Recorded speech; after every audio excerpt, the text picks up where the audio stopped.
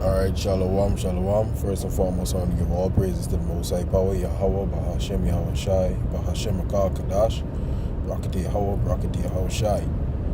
Double honors to the apostles and elders of Great Millstone. Peace and salutation to all the Akim there that's doing their due diligence in sincerity and charity with humiliation all across the four winds. To you, I salute. This is the brother Yashawanba from the GMS Bahamas Qam, back with you with a brief spiritual edification. And amidst watching all the different videos from the Akim out there with the topic of accountability and how women fail to be accountable for pretty much anything that they do, I want to take it from another aspect.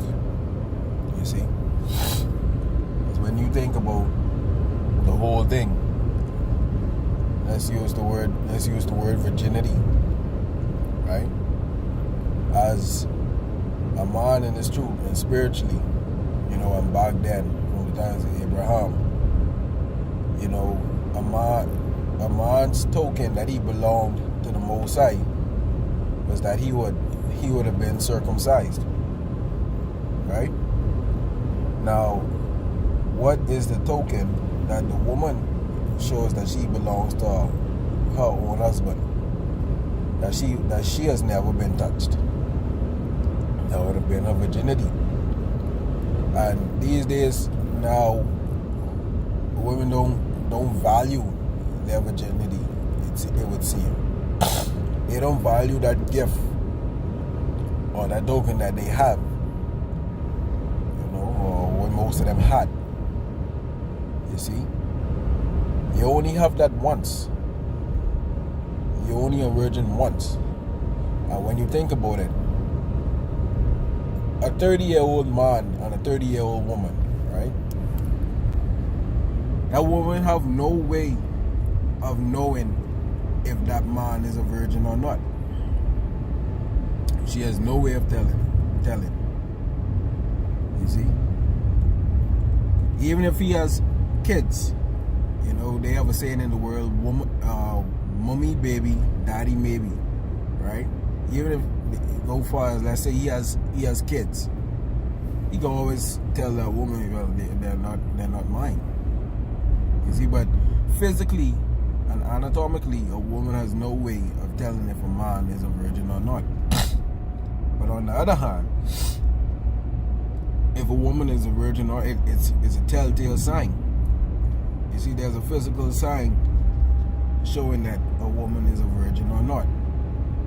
Be it the hymen, right? Now I want to take it from, I want to bring up this first scripture, right? This is Genesis 17 and 9, verse 9. And Yahweh said unto Abraham, thou shalt keep my covenant, therefore thou, and I see it after thee in their generations. This is the Most High telling Abraham, well, he's about to make a covenant with Abraham. This is my covenant which ye shall keep between me and you and thy seed after thee. Every man child among you shall be circumcised, and ye shall circumcise the flesh of your foreskin, and it shall be a token of the covenant betwixt me and you. So the removing of the foreskin is likened unto us being betrothed to Yahweh Bahashem Yahweh Shai. You see, that being in the physical sense and the spiritual sense as well, being spiritually circumcised. And you only can do that once. You see, you only can do that once. You only can be circumcised once. That's how come Scripture tells you, a man that taking his hands off the plow is not fit to be in the kingdom or the council of the Most High, paraphrasing, right? Now, with a woman, they only can lose their virginity once. And let's get the scripture to back that up, right? It's the book of Deuteronomy 22 and 15, right? This goes into account where a man has a suspicion about his wife or trying to put away his wife. Right? And he betrothed her, he humbled her. It's Deuteronomy 22:15. Then shall the father of the damsel and her mother take and bring forth the tokens of the damsel's virginity unto the elders of the city in the gate. And the damsel's father shall say unto the elders, I give my daughter unto this man to wife. And he hated her.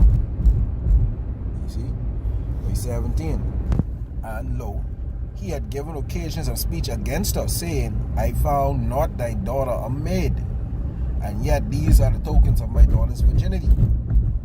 And they shall spread the cloth before the elders of the city.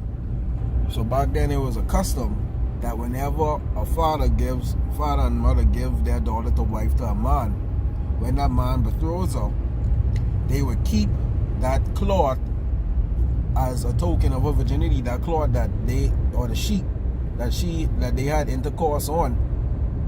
Because you know, when you crack a virgin, they bleed. And they would keep that bloody sheet as a token of her being betrothed and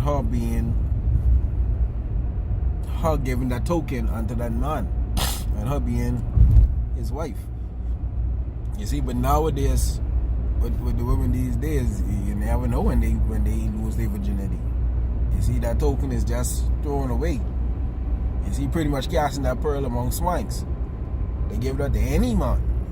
You see, and normally most of the times women who get betrothed by a man, who lose their virginity to a man, oftentimes when not, they don't be with that man.